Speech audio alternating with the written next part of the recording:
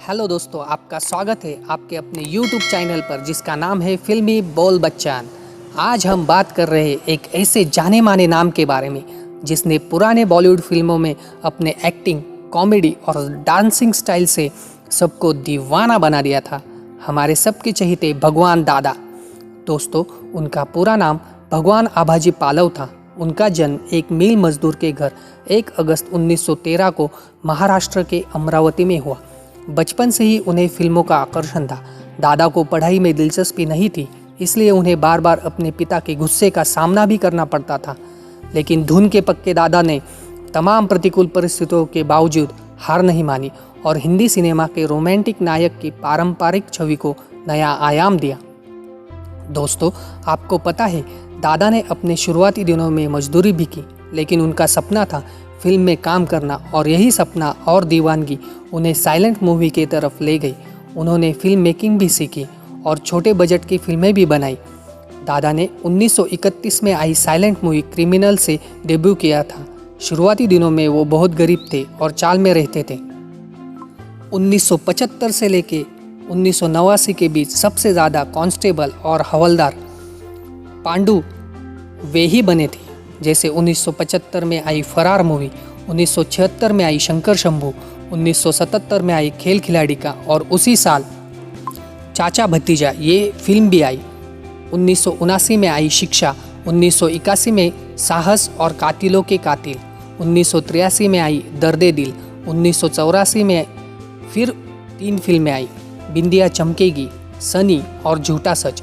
अगले साल 1985 में फिर 3 फिल्में आई, रामकली, लवर बॉय और गैर कानूनी। इस सभी मूवीज़ में उन्होंने पांडु हवलदार का रोल किया है, जिसे दर्शकों ने बहुत सराहा और पसंद किया। दोस्तों, आपको पता है, भगवान दादा ने भारतीय सिनेमा की पहली हॉरर फिल्म भेड़ी बंगला 1949 में बनाई थी। इस फिल्म से वी शांताराम जी जैसे दिग्गज फिल्मकार भी प्रभावित हुए बिना नहीं रहे। भगवान दादा को राज कपूर जी ने सलाह दी कि दादा, आप सोशल मैसेज वाली फिल्में बनाएं। इस बात को मानते हुए दादा ने 1951 में अलबेला फिल्म बनाई और दोस्तों, उस साल की अलबेला तीसरी सबसे ज़्यादा कमाई करने वाली फिल्म बनी। इस फिल्म के बाद दादा अपने करियर के चरम पर थे। दोस्तों, आपको पता है, ललिता पवार जी फिल्म इंडस्ट्री में हीरोइन बनने आई थी, लेकिन उन्हें निगेटिव रोल क्यों करने पड़े, उसका कारण भी अपने दादा ही थे। साल 1942 में फिल्म जंगे आज़ादी के सेट की शूटिंग के दौरान एक सीन में दादा को ललिता पवार जी को थप्पड़ मारना था, लेकिन दादा ने गलती से उनको जोर का थप्पड़ जड़ दिया, जिससे ललिता पवार जी वहीं गिर पड़ी और वो 1.5 दिन तक कोमा में रही। हालांकि कुछ समय में वो ठीक हो गई, किंतु इस हादसे में उनकी दाहिनी आंख पूरी तरह सिकुड़ गई। इसके बाद से ही उन्हें हीरोइन के बदले निगेटिव रोल करने पड़े। इस हादसे का भगवान दादा को उम्र भर अफसोस रहा। भगवान दादा की फिल्मों के साथ दूसरा बुरा अध्याय रहा कि उनकी फिल्मों के निगेटिव जो मुंबई के गिरगांव में स्थित उनके गोदाम में रहते थे, उस गोदाम में आग लग गई और 1940 के दशक तक की उनकी सारी फिल्में स्वाहा हो गई। कामयाबी के दौर में भगवान दादा के पास भरपूर पैसा था।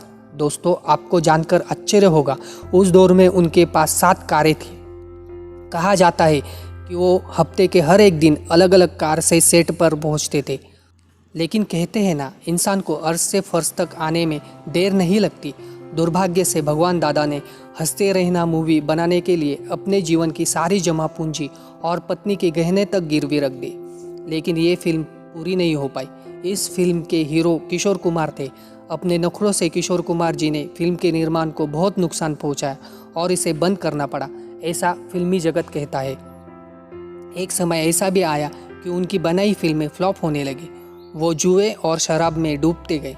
इन फिल्मों में उन्हें बहुत घाटा हुआ, जिसके लिए उन्हें जुहू स्थित अपना बंगला और कारें बेचकर मुंबई के उसी चाल में आना पड़ा जहां से उन्होंने शुरुआत की थी।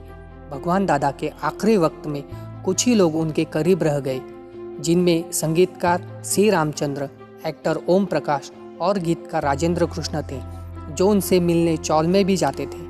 4 फरवरी 2002 को हार्ट अटैक से मुंबई के दादर इलाके में लालू भाई मेंशन चौल में भगवान दादा ने दुनिया को अलविदा कहा। दोस्तों, ऐसे मशहूर हरफन मौला महान हास्य कलाकार को हमारे YouTube चैनल की तरफ से शतशः नमन। प्रभु उनकी आत्मा को शांति दे। दोस्तों, अगर आपको ये वीडियो पसंद आया होगा तो हमारे चैनल को लाइक, शेयर और सब्सक्राइब कीजिए। और दोस्तों, आप मुझे कमेंट भी कीजिए। आपका बहुत बहुत धन्यवाद।